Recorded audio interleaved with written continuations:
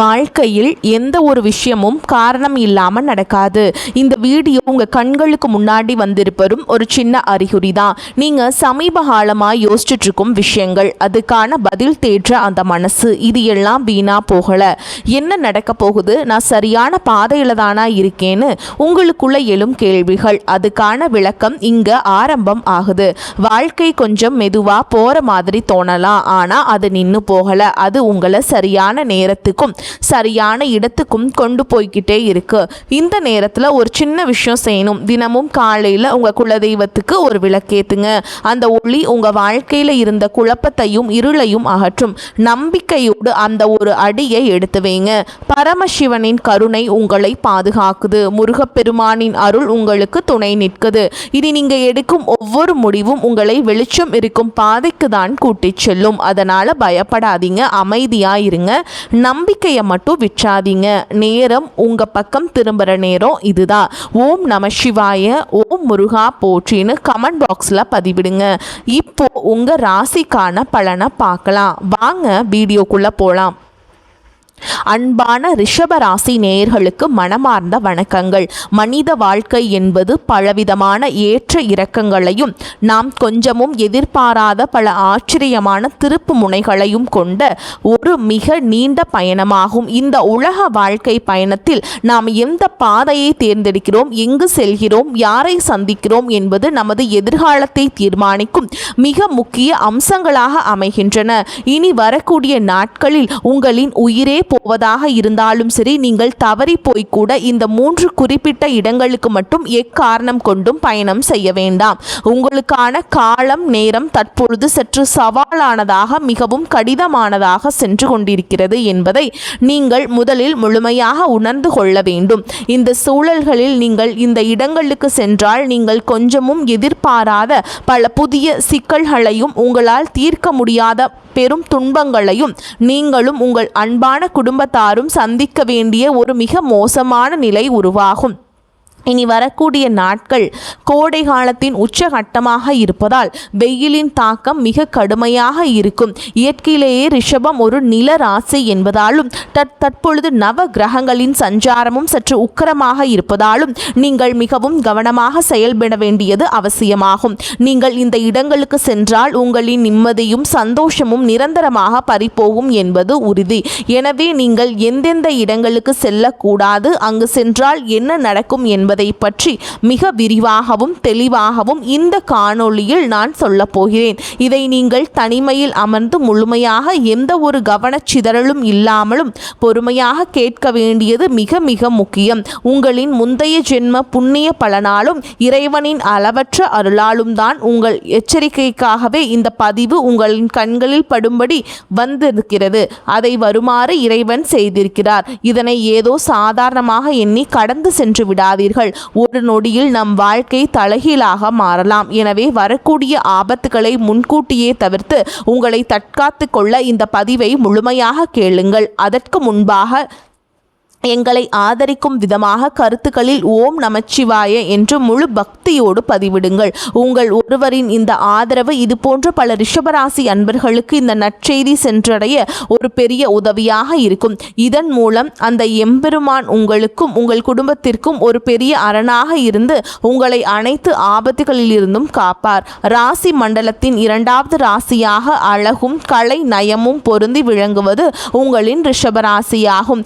இந்த ராசியின் அதிபதி ஆடம்பரம், அழகு, வசீகரம் மற்றும் சுகபோகங்களுக்கு பெயர் போன நவ கிரகங்களில் சுப கிரகமாக விளங்கும் சுக்கிர பகவான் ஆவார். கார்த்திகை நட்சத்திரத்தின் 2, 3 மற்றும் 4ஆம் பாதங்கள், ரோஹிணி நட்சத்திரத்தின் 4 பாதங்கள் மற்றும் மிருகசீரிஷ நட்சத்திரத்தின் 1ஆம் மற்றும் 2ஆம் பாதம் ஆகிய இந்த நட்சத்திரங்களில் பிறந்தவர்கள் அனைவரும் இந்த ரிஷபராசியின் கீழ் வருவார்கள்.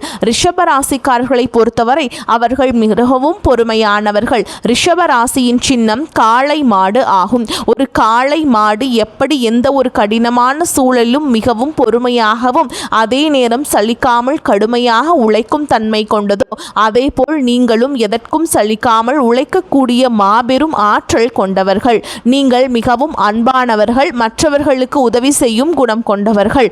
ஆடம்பரம், கலை, சிறந்த உணவு, நேர்த்தியான ஆடைகள் மற்றும் வசதியான வாழ்க்கையை அதிகம் விரும்புவீர்கள். ஒரு செயலை செய்ய தொடங்கினால் அதை முழுமையாக முடிக்கும் வரை நீங்கள் ஓய மாட்டீர்கள். குடும்பத்தின் மீது அதீத பாசம் கொண்டவர்கள். உங்கள் குடும்பத்தினரின் சந்தோஷத்திற்காக நீங்கள் எந்த ஒரு தியாகத்தையும் செய்ய தயங்க மாட்டீர்கள். உங்களை நம்பி வந்தவர்களை நீங்கள் ஒருபோதும் கைவிட மாட்டீர்கள். ஆனால் இவ்வளவு நல்ல சிறப்பான குணங்கள் உங்களிடம் இருந்தாலும் உங்களிடம் சில பலவீனங்களும் குறைகளும் இருக்கவே செய்கின்றன.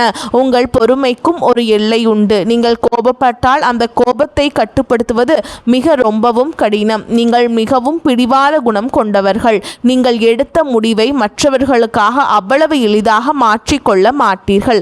அனைவரையும் எளிதில் நல்லவர்கள் என்று நம்பிவிடுவீர்கள்.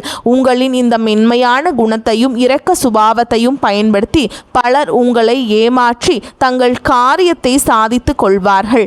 நீங்கள் சற்று உங்கள் பிடிவாத குணத்தை தளர்த்தி கொண்டு அனைவரையும் கண்மூடித்தனமாக நம்புவதை தவிர்த்தால் இந்த உலகத்தில் உங்களை வெல்ல எவராலும் நிச்சயமாக முடியாது. தற்பொழுது உங்களின் கிரக நிலைகளை சற்று ஆழமாக பார்க்கும் பொழுது ரிஷபராசிக்காரர்களுக்கு இப்பொழுது கிரகங்களின் பெயர்ச்சிகள் மற்றும் ராகு கேதுகளின் பார்வைகள் சற்று எதிர்பாராத சவால்களை கொடுக்கும் வகையில் அமைந்துள்ளன. இதனால் கடந்த சில மாதங்களாகவே நீங்கள் பலவிதமான மன அழுத்தங்களையும் வீண் விரயங்களையும் தேவையற்ற குழப்பங்களையும் சந்தித்து வருகிறீர்கள். நீங்கள் எவ்வளவு கடினமாக உழைத்தாலும் அதற்கான முழு அங்கீகாரமும் பலனும் உங்களுக்கு கிடைக்காமல் வேறு யாரோ அந்த பலனை போன்ற ஒரு மனவேதனை உங்களுக்கு இருந்து கொண்டே இருக்கும். பணம் வந்தாலும் அந்த வந்த சுவடு தெரியாமல் ஏதோ ஒரு வழியில் செலவாகி கொண்டே இருக்கும். நீங்கள் ஒருவருக்கு ரொம்ப நல்லது நினைத்து ஒரு உதவியை செய்தாலும் அது கடைசியில் உங்களுக்கு தீமையாகவே மற்றும் ஒரு கெட்ட பெயராகவே வந்து முடியும். உங்களுக்கு மிகவும் நெருக்கமானவர்களே, உங்கள் சொந்த உறவினர்களே உங்கள் முதுகில் குத்துவது போன்ற சூழல்கள் உருவாகி உங்களை மனதளவிலேயே பெரிதும் காயப்படுத்தி இருக்கும். அமைதியை விரும்பும் உங்கள் வாழ்க்கையில் பல போராட்டங்கள் நீங்கள் சந்தித்து கொண்டுதான் இருக்கிறீர்கள். இப்படிப்பட்ட ஒரு மிகவும் கடினமான மனதிற்கு சோர்வை தரும் காலகட்டத்தை தான் நீங்கள் இப்பொழுது கடந்து வந்து கொண்டிருக்கிறீர்கள். உங்களை சுற்றியுள்ள மனிதர்களின் உண்மையான சுயரூபத்தை இறைவன் உங்களுக்கு இப்பொழுது தெள்ளத் தெளிவாக காட்டிக் கொண்டிருக்கிறார். இந்த நேரத்தில் நீங்கள் எடுக்கக்கூடிய ஒவ்வொரு அடியையும் மிக மிக கவனமாக பொறுமையாக எடுத்து வைக்க வேண்டும். இந்த ஒரு நெருக்கடியான சூழலில்தான் நாம் மேலே குறிப்பிட்ட இனி வரக்கூடிய நாட்களில் உங்களுக்கு மிகவும் முக்கியமானதாகவும் எச்சரிக்கையாய் நிறைந்ததாகவும் அமைய போகின்றது. இந்த நாட்களில் உங்களுக்கு பலவிதமான பயணங்கள் மேற்கொள்ளும் சூழல்கள் கட்டாயமாக உருவாகலாம். உங்களுக்கு மிகவும் நெருங்கிய உறவினர்கள் அல்லது ஆருயிர் நண்பர்கள் உங்களை கட்டாயப்படுத்தி வற்புறுத்தி சில குறிப்பிட்ட இடங்களுக்கு அழைக்கலாம். ஆனால் நீங்கள் உங்கள் மனதை கல்லாக்கி கொண்டு உறுதியாக இனி வரக்கூடிய நாட்களில் வெளியில் செல்வதை முற்றிலும் தவிர்த்தே ஆக வேண்டும். அப்படி இல்லை என்றால் உங்களின் கையில் இருக்கும் பணமும் உங்களின் குடும்ப நிம்மதியும் ஒரே நேரத்தில் பறிபோகும். ஒரு துரதிர்ஷ்டமான நிலை நிச்சயமாக உருவாகும். இதில் நீங்கள் செல்லக்கூடாத முதலிடம் எதுவென்றால் உங்களை சுற்றி எப்போதும் எதிர்மறையான எண்ணங்களை விதைக்கும் மனிதர்கள் மற்றும் உறவினர்கள் இருக்கும் இடமாகும். ரிஷபராசிக்காரர்கள் இயல்பாகவே அமைதியை விரும்புபவர்கள். சண்டை சச்சரவுகள் இல்லாத ஒரு நிம்மதியான வாழ்க்கையை வாழ நினைப்பவர்கள். ஆனால் இந்த உலகத்தில் சில மனிதர்கள் இருப்பார்கள். அவர்கள் எப்பொழுதும் தங்கள் வாழ்க்கையை பற்றி ஒரு குறை மட்டுமே கூறிக்கொண்டிருப்பார்கள். அவர்கள் வீட்டிலே சுபகாரியங்கள் நடந்தாலும் அதில் உள்ள குறைகளை மட்டுமே பேசி பேசி மற்றவர்களையும் சோர்வடைய செய்வார்கள். என் வாழ்க்கையில் எல்லாமே முடிந்துவிட்டது, இனி எனக்கு எந்த நன்மையும் நடக்காது என்று ஒரு கடுமையான விரக்தியான மனநிலையிலேயே எப்பொழுதும் பேசுவார்கள். நீங்கள் ஏற்கனவே பல சோதனைகளை கடந்து ஒருவித மனச்சோர்வுடன் இருக்கும் இந்த நேரத்தில் அப்படிப்பட்டவர்களிடம் சென்று ஆறுதல் சொல்லலாம் என்று அமர்ந்தால் அவர்களின் அந்த கடுமையான எதிர்மறை ஆற்றல் உங்களை முற்றிலுமாக தொற்றிக்கொள்ளும். உங்களின் இயல்பான அந்த பொறுமையும் சுறுசுறுப்பும் முற்றிலும் மங்கி போய் உங்களுக்கும் அவர்களைப் போலவே ஒருவித மன அழுத்தம் மற்றும் வாழ்க்கையின் மீது ஒரு வெறுப்பு உருவாகிவிடும்.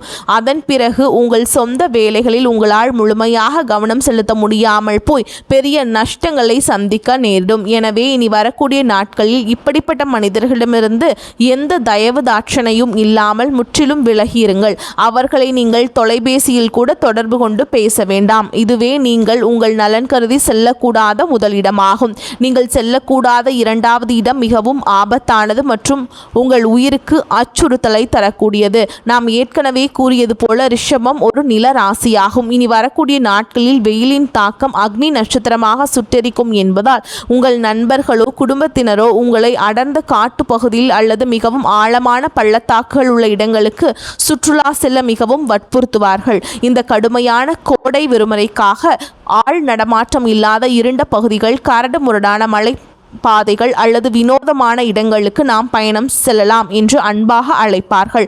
ஆனால் இந்த நாம் குறிப்பிட்ட நாட்களில் நீங்கள் இது போன்ற எவ்வித சாகச பயணங்களையும் முற்றிலுமாக தவிர்க்க வேண்டும். கிரகங்களின் சஞ்சாரம் உங்களுக்கு சாதகமாக இல்லாததால் நீங்கள் கொஞ்சம் எதிர்பாராத விபத்துகள் நடக்கும் மிக அதிக வாய்ப்புகள் உள்ளன.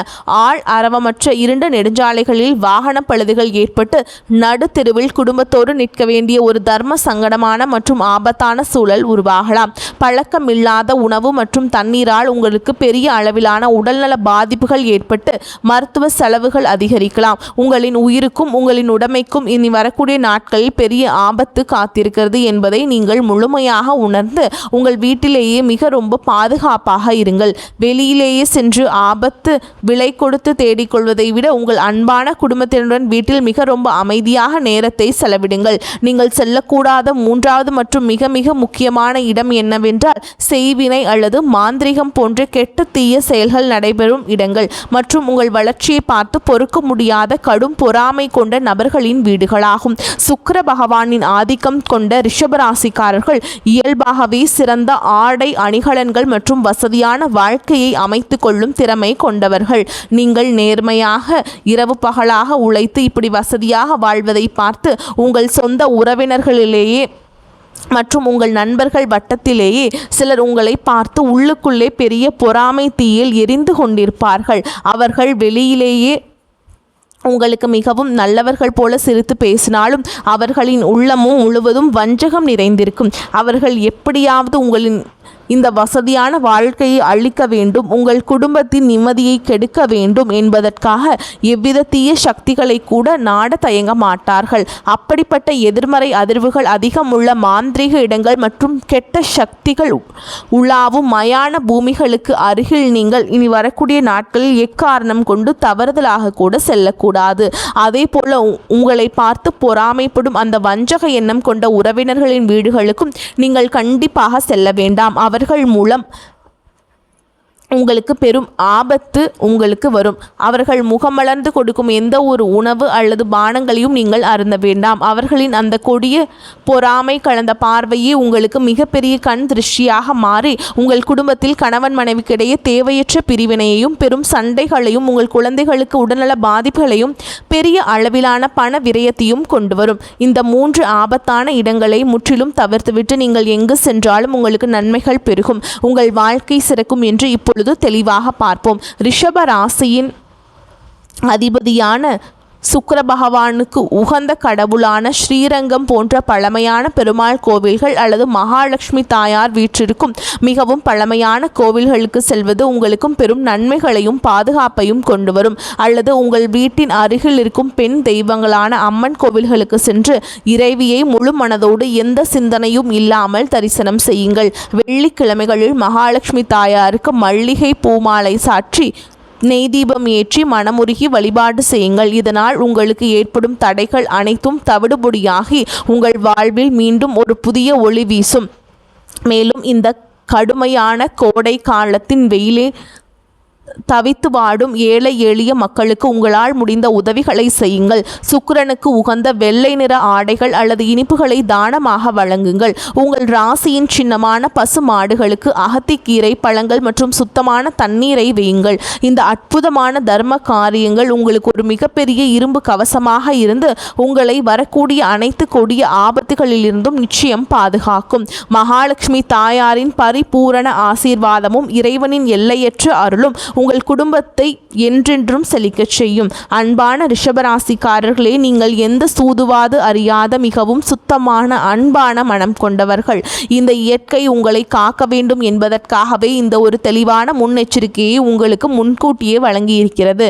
நான் கூறிய இனி வரக்கூடிய நாட்களில் நீங்கள் மிகவும் விழிப்புணர்வுடனும் பொறுமையுடனும் அமைதியாகவும் இருங்கள். இந்த நாம் குறிப்பிட்ட ஆபத்தான இடங்களுக்கு செல்வதை முற்றிலுமாக தவிர்த்துவிட்டு உங்கள் முழு சிந்தனையையும் இறைவன் மீதும் ஏழைகளுக்கு செய்யும் தர்ம காரியங்கள் மீதும் திருப்புங்கள். நீங்கள் செய்யும் தர்மம் உங்கள் தலையை காக்கும். நிச்சயமாக உங்களின் கஷ்டங்கள் அனைத்தும் சூரியனை கண்ட பனி போல விலகி உங்கள் வாழ்வில் நீங்கள் இதுவரை காணாத அளவற்ற மகிழ்ச்சியும் பெருஞ்செல்வமும் நிம்மதியும் உங்களை தேடி வந்து சேரும். உங்கள் குடும்பம் சீரும் சிறப்புமாக வாழ இந்த தகவல் உங்களுக்கு மிகவும் பயனுள்ளதாக அமைந்திருக்கும் என்று நான் மனதார நம்புகிறேன். இந்த பதிவு உங்களுக்கு பிடித்திருந்தால் உங்கள் மதிப்புமிக்க கருத்துக்களை கீழே பதிவிட்டு உங்களைப் போலவே நல்ல எண்ணம் கொண்ட மற்ற ரிஷபராசி நண்பர்களுக்கும் உறவினர்களுக்கும் இதனை தவறாமல் பகிர்ந்து கொள்ளுங்கள். வரக்கூடிய வாய்ப்புகளை தவறவிட்டாதீர்கள். வாழ்த்துக்கள். வாழ்க வளமோடு நலமோடு. நன்றி, வணக்கம்.